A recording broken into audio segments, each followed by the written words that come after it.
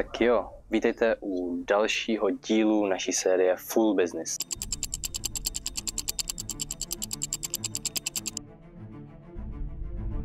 Kde se ponoříme do světa podnikání a příběhů za úspěšnými značkami.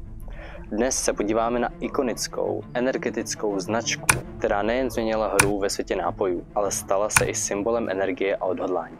Ano, mám na mysli značku Red Bull.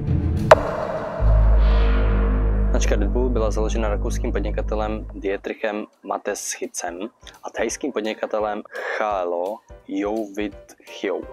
Já pak nevím, jak se to čte, když tak máte to tam napsaný.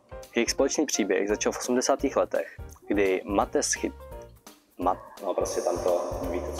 který pracoval v oblasti marketingu pro společnost Blendax, výrobce zubní pasty, a navštívil Thajsko. Původní nápoj Red Bullu byl pojmenovaný Krating Deang, což v překladu znamená červený býk. Byl vyvinut thajským podnikatelem Chalem Youvidhou v roce 1962 a byl prodáván společností TC Pharmaceutical. Receptura byla založená na tzv. Lipovitanu, dřívějším energetickém nápoji, který byl do Thajska dovezen z Japonska. V 70. a 80. letech 20. století prodej nápoje Krating Deang prudce vzrostl v celé Asii, zejména mezi řidiči nákladních automobilů, stavebních dělníků, zemědělců a tak dále. Image dělnické třídy, což byli hlavní zákazníci Red Bullu, tehdejšího Krating Deang, podpořilo sponzorování zápasů thajského boxu, kde se často objevovalo logo dvou červených býků. Během svých pobytů v Thajsku si Mateschitzs všiml, že Krating Deang mu pomáhá léčit jetlag. Spolu s Youvidhou se rozhodl vytvořit novou značku s podobným druhem energetického nápoje, ale s vylepšenou recepturou a mezinárodním přístupem. V roce 1984 založili společnost Red Bull GmbH. Asi jo. Značka byla pojmenována podle thajského nápoje Krating Deang.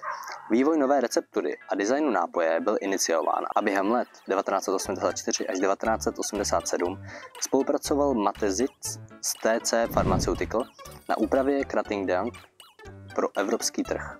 Každý z nich investoval $500 000 z jejich úspor a získal 49% podíl v nové společnosti.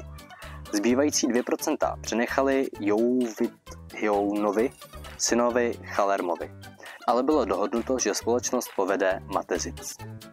V roce 1987 byla na trh uvedena rakouská verze Red Bullu s charakteristickou modrou a stříbrnou plechovkou, která je sycená oxidem uhličitým a není tak sladká jako původní thajská receptura.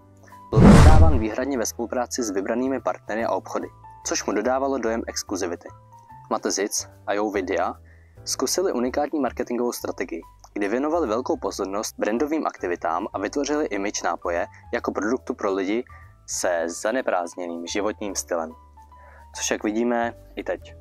Red Bull sponzoruje extrémní sporty, sponzoruje závody ve formulích, myslím, a tak dále. Takže úplně to jim vydrželo doteď. Vedle toho, že Youvidhou a jeho syn vlastnili polovinu společnosti, nadále prodávali původní recepturu v Asii. V roce 2006 časopis Forbes zařadil Chalea na 292. místo nejbohatších lidí na světě s odhadovaným majetkem přes $2,5 miliardy. Právě rakouská receptura obsadila téměř polovinu amerického trhu s energetickými nápoji a v některých dalších zemích až 80% trhu. Agresivní marketingové kampaně spojené s extrémními sporty a s organizací sportovních událostí, jako je Red Bull Air Race, When I saw Peter Beschenier in Budapest in 2005, I just got completely hooked, and I just said that would be a dream sport to be part of. It's a global motorsport. We're at some fantastic places around the world. Underflying the bridge in Budapest. Flying in front of the beach in Rio de Janeiro and places like this is amazing. A dalších posílili popularitu značky. Značka Red Bull se stala mezinárodním gigantem, který zahrnuje různé produkty, sportovní týmy a podporu kulturních a sportovních událostí. Sídlo společnosti Red Bull se nachází v rakouském Foods am See doteď.